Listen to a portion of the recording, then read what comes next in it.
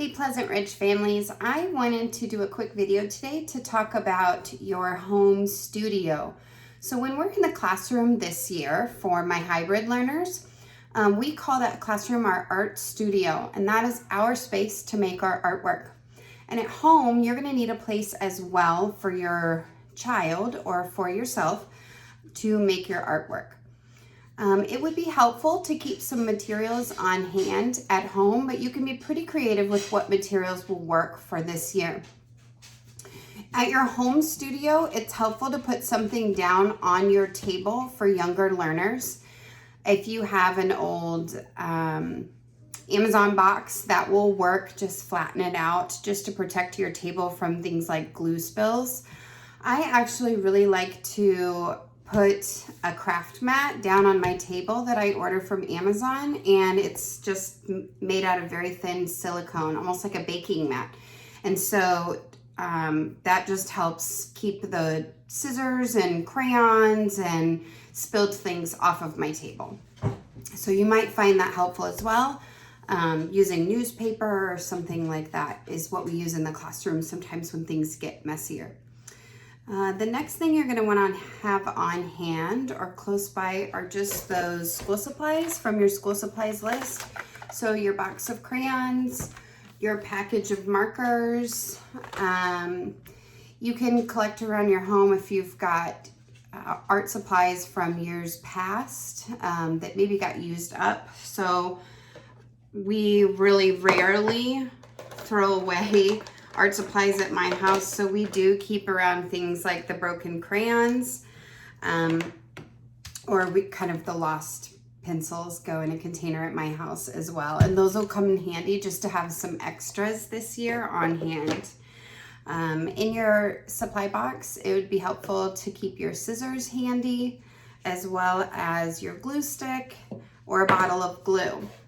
For younger learners, so my kindergarten and first graders, a parent tip is to also consider buying the much smaller bottles of glue, so that if someone goes a little nutty on their glue and uses too much, you're not spilling whole bottles. So just a little bit smaller quantity. And then I just usually fill these back up from a larger bottle so that you don't have to keep purchasing them. So having one of the smaller sizes is helpful.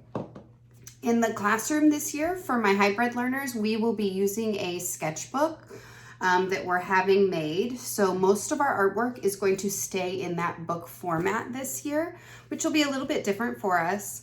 And for any of my remote learners, it would be helpful to have something that you can keep your artwork in. Here at the beginning, we're going to be doing mostly drawing and painting together rather than some of our sculpture techniques from the past. And so having something to put that artwork in is helpful.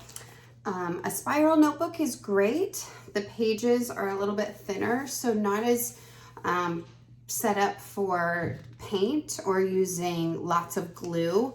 If you can get something that has some thicker pages, it'll work out better for you. So at the art supply store, there are lots of different sketchbooks. Even places like Walmart and Target have inexpensive versions. I really love the mixed media pads that you can purchase. Those have much heavier quality paper, and so you're gonna have less mess and less spill off of the page.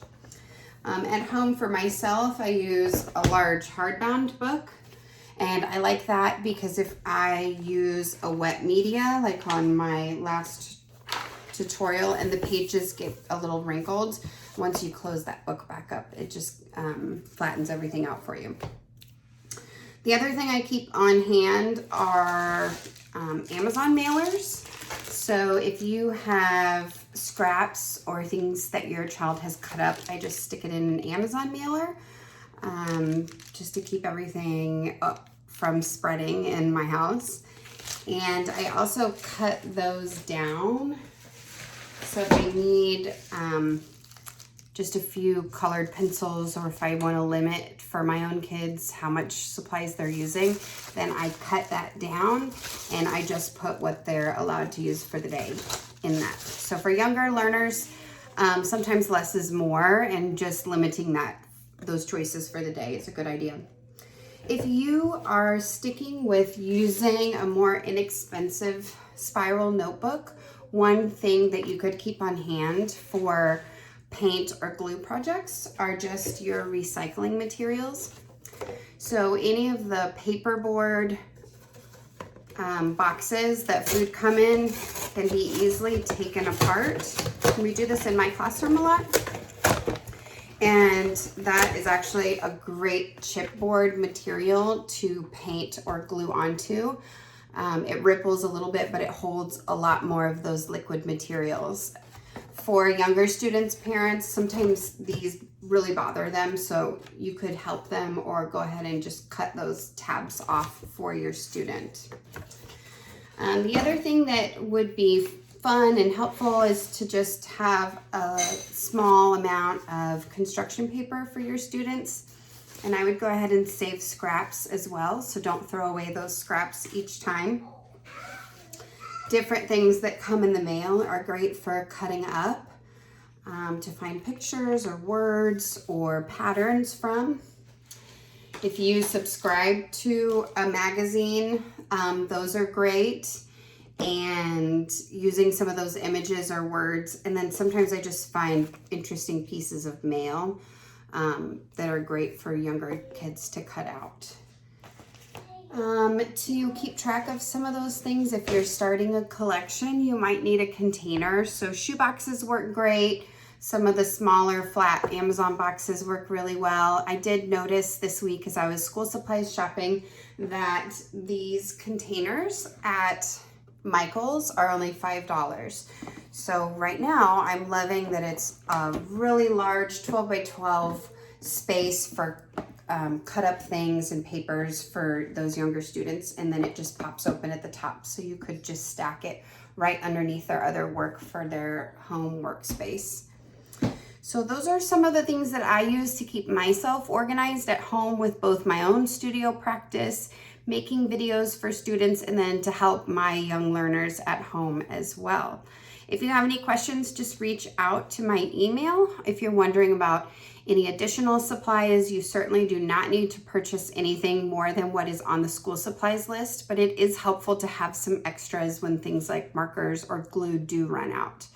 I encourage you, if you do want to purchase more art supplies, to go ahead and let your student have some choice in that. I know that our students are really enjoying paints. They're really enjoying oil pastels, and they're really going to enjoy those sketchbooks this year. All right, I look forward to working with both my hybrid and my remote learners this year at Pleasant Ridge Elementary. Thanks, guys.